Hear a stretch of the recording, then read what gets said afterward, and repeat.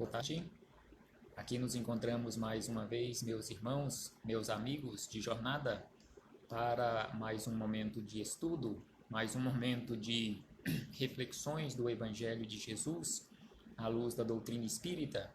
E por isso agradecemos imensamente a Deus, nosso Pai de infinita bondade e amor. Agradecemos aos espíritos amigos pelo amparo, pela proteção, pela assistência que sempre tem nos dispensado. Agradecemos a Jesus de Nazaré por esses belíssimos ensinamentos que ele nos deixou. Agradecemos a todos esses companheiros que têm nos acompanhado nesses últimos dias ao longo das nossas reflexões e também aqueles que assistiram aos vídeos que ficam gravados, também refletindo conosco sobre estes ensinamentos do Cristo. Muito obrigado a todos. Então hoje estamos chegando mais uma vez nesta bela tarde de 30 de abril de 2020 para estudarmos um pouco mais o Evangelho do Cristo. E repetiremos nesta tarde o estudo que fizemos pela manhã do capítulo 28 do livro Agenda Cristã, que tem como título Efetivamente, porque as imagens, a gravação do vídeo pela manhã não ficou muito boa, ficou com intermitências, com falhas, travando as imagens e a fala. Então excluímos o vídeo e resolvemos gravá-lo mais uma vez. Com certeza diferente, porque agora à tarde já não somos o mesmo que éramos pela manhã. Então, antes de iniciarmos estas reflexões, é importante nós refletirmos também acerca destes momentos pelos quais nós estamos passando e recebemos uma mensagem em uma das redes sociais que nos pede, o autor da mensagem nos pede, nos orienta para que nestes momentos nós possamos mudar de atitude, mudar de pensamento. E aí ele nos sugere aqui sabiamente algumas atitudes que devemos ou que deveríamos mudar. E aí ele começa dizendo que deveríamos mudar a nossa interpretação ou o nosso comportamento em relação ao estar isolado, que mudemos para estarmos protegidos, porque na verdade não estamos isolados. Aqueles que se encontram ainda em isolamento social não estão verdadeiramente isolados, estão protegidos.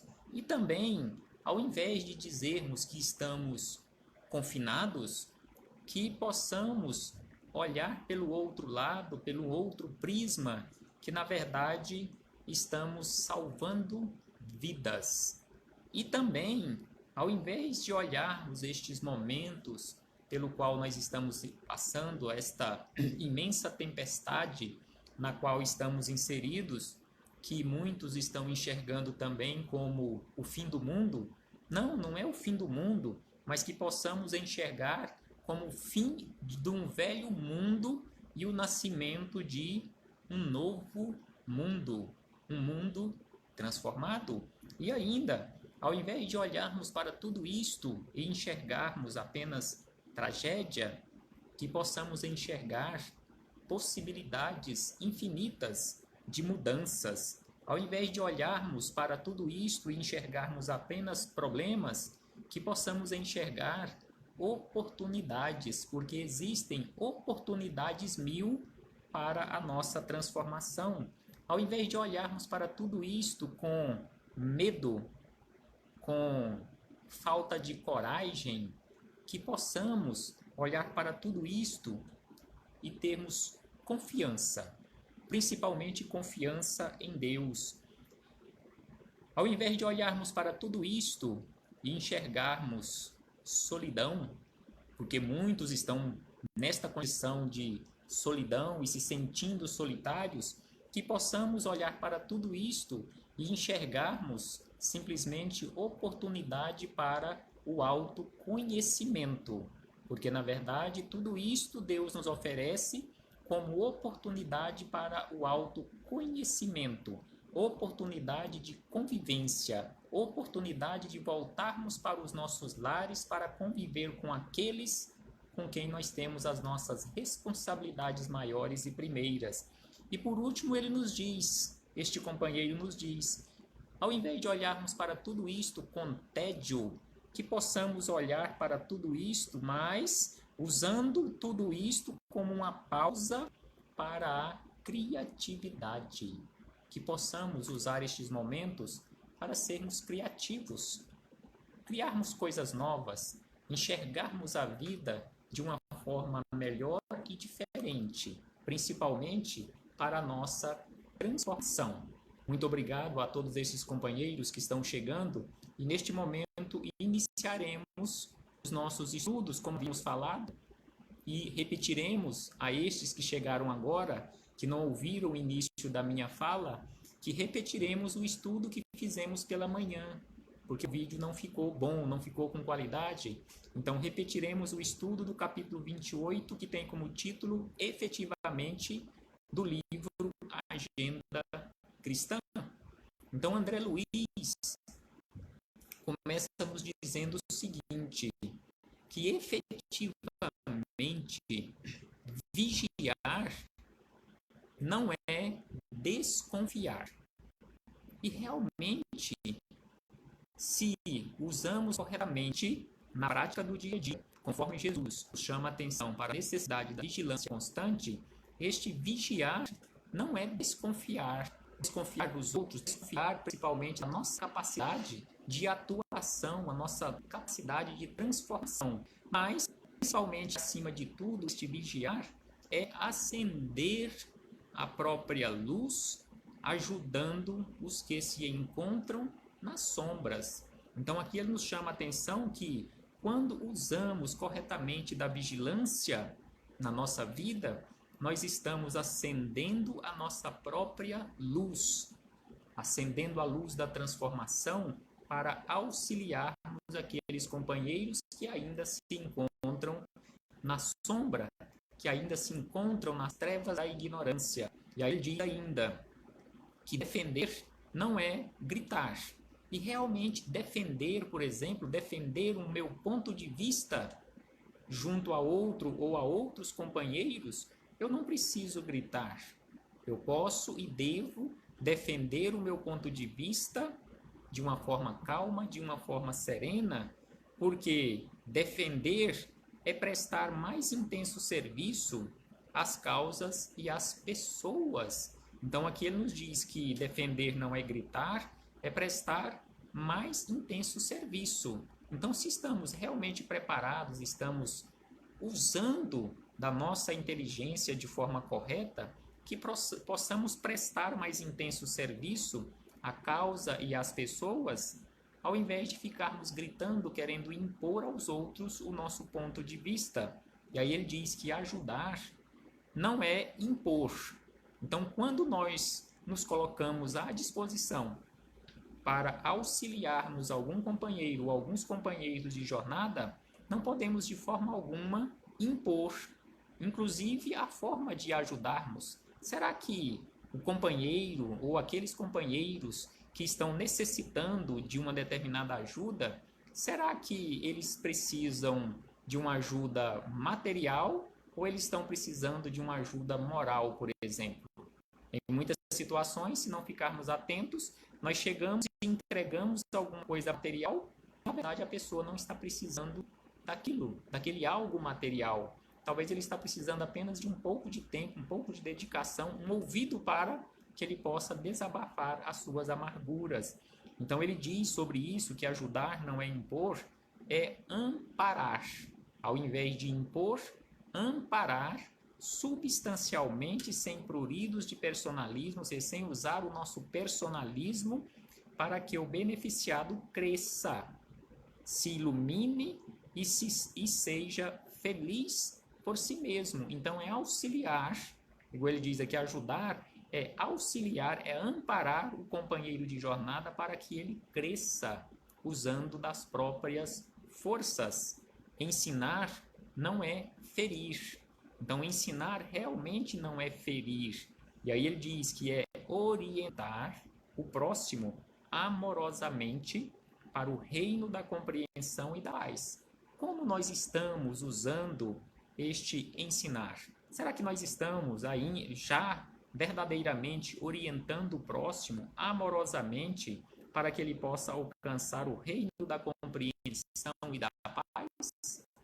Que possamos refletir sobre isto, que possamos refletir sobre o nosso comportamento na vida em relação a este ensinar. Estamos ensinando corretamente? E aí ele diz ainda sobre esse efetivamente renovar não é destruir. E realmente não é renovar, não é destruir nada e ninguém.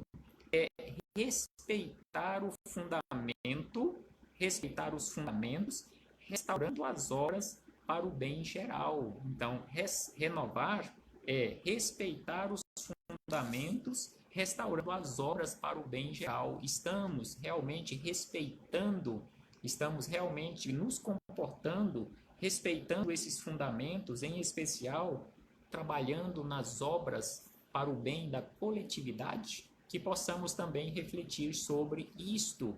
E aí ele diz na sequência ainda, esclarecer não é discutir.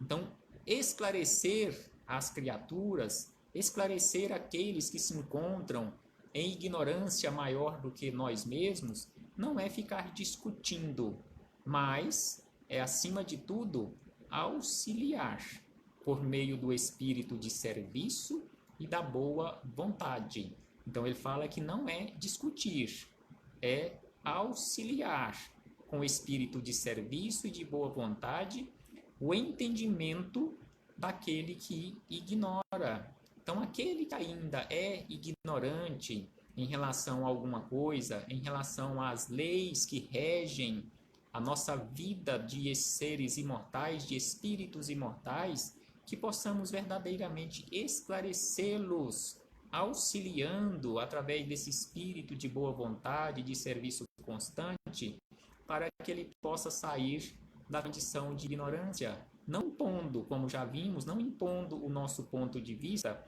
não gritando para ensiná-lo, para que ele aprenda à força ou através da nossa imposição, não, de forma alguma, auxiliando. E por último, ele nos diz o seguinte, que é onde se encontram aqueles maiores esclarecimentos acerca do nosso comportamento. Nós estamos já, ou já alcançamos verdadeiramente aquela condição de amor para com o próximo? Vejamos o que ele diz aqui sobre o amar. Ele diz que amar não é desejar. Normalmente, devido ainda à nossa ignorância, nós achamos que amar é desejar. Não, e aqui ele nos diz, não tem como não concordarmos com o que ele nos coloca aqui, que amar é compreender. Nós já compreendemos o outro, nós já compreendemos e aceitamos o ponto de vista do outro, nós já compreendemos e aceitamos a forma que o outro ou que os outros, e principalmente o nosso agrupamento familiar, agem na vida e para com a vida. E aí ele diz ainda, além de compreender, é dar-se, é dar de si mesmo, é renunciar, além de dar, é renunciar aos próprios caprichos e também sacrificar-se para que a luz divina do verdadeiro amor resplandeça. Prestemos atenção nesses verbos que ele utiliza para o amar verdadeiramente conforme Jesus nos ensina. Amai-vos como irmãos. Então ele diz que é compreender, é dar, renunciar e sacrificar-se para que a luz divina do verdadeiro amor possa resplandecer à nossa volta, clareando não apenas o nosso caminho, mas também o caminho de outras criaturas, daquelas outras criaturas que estão caminhando conosco. auxiliando essas criaturas para que ele possa colocar luz ou adquirir luz, construir luz para o seu próprio candeeiro, para que ele possa ter luz própria, para não andar na escuridão. E para encerrarmos, buscamos aqui mais uma vez, no livro Os Mensageiros, no capítulo 9, que André Luiz nos diz o seguinte sobre este efetivamente, sobre o trabalhar, sobre o transformar. Então ele nos diz que para trabalharmos com eficiência, é preciso saber calar antes de tudo. Teríamos atendido perfeitamente aos nossos deveres se tivéssemos usado todas as receitas de obediência e otimismo que fornecemos aos outros. Então aqui ele fala que se nós usarmos perfeitamente, de forma correta, tudo aquilo que nós usamos para receitar aos outros, com certeza estaríamos nos comportando de forma correta. E aí ele acrescenta dizendo ainda que aconselhar é sempre útil. Realmente é sempre útil aconselhar. Mas qual é o limite desse aconselhar? E aí ele acrescenta, mas aconselhar excessivamente pode traduzir esquecimento de nossas obrigações. Então, quando nós nos ocupamos, quando nós nos preocupamos em auxiliar excessivamente, a aconselhar excessivamente, não tendo aquela prudência, aquele cuidado de observar os limites desse aconselhar, já que o aconselhar é útil e realmente é muito útil, nós estaremos esquecendo de nós mesmos, da nossa transformação tão urgente e necessária. E aí ele acrescenta ainda que para bem ensinar é necessário exemplificar melhor. Então, para bem ensinar é necessário, sem sombra de dúvida, exemplificar, porque o maior ensinamento, aquele que marca mais profundamente em qualquer lugar que estejamos, e em especial no nosso agrupamento familiar, é o exemplo. Do que adianta uma multidão de palavras e atitudes completamente diferentes ou destoantes daquelas palavras? Do que adianta falar para os nossos filhos que é feio mentir? E via de regra, vez ou outra, nos pegamos mentindo para eles em especial. Como que eles irão se comportar? Como que eles irão acreditar nas nossas palavras? Como que eles irão acreditar nos nossos conselhos? Então, que possamos exemplificar acima de tudo, falar menos e exemplificar bem através das nossas atitudes no dia a dia. E para encerrarmos, ele diz ainda, André Luiz nos diz ainda, na esfera carnal, o maior interesse da alma é a realização de algo útil para o bem de todos. Então, aqui na esfera carnal, aqui nos encontramos para a realização de algo útil para o bem não só nosso, mas da coletividade. Se agimos de forma correta na nossa e para a nossa transformação, consequentemente estamos também agindo para a coletividade. Se agimos para corrigir as nossas atitudes, para reequilibrar as nossas energias ainda tão desequilibradas, estaremos auxiliando para o reequilíbrio das energias do universo conforme ele nos diz aqui, com vistas ao infinito e à eternidade. E aí ele encerra dizendo o seguinte: não estamos aqui no mundo, ou seja, todos nós não nos encontramos aqui no mundo físico para o descanso injustificável. Não estamos aqui em férias. Não estamos aqui dando uma pausa, um descanso do mundo espiritual, mas para lutar pela nossa melhoria, a despeito de todo impedimento fortuito, a despeito ou apesar de todas as dificuldades pelas quais nós estejamos passando, nós estamos aqui para trabalharmos. Não estamos aqui em férias, não estamos aqui participando de um piquenique. Não, de forma alguma. Estamos aqui em aprendizado, estamos aqui em educação, estamos aqui numa imensa escola para sermos educados, estamos aqui também em um imenso hospital para tratarmos as nossas mazelas e sairmos daqui pelo menos um pouco mais saudáveis do que quando para cá fomos enviados, a pedido nosso, para tratamento. Muita paz a todos, uma boa tarde e até a próxima oportunidade, se assim o Pai nos permitir. E com certeza, esse Pai de amor e infinita bondade permitirá tantas e tantas vezes forem necessárias para o nosso aprendizado em conjunto. Paz a todos nós.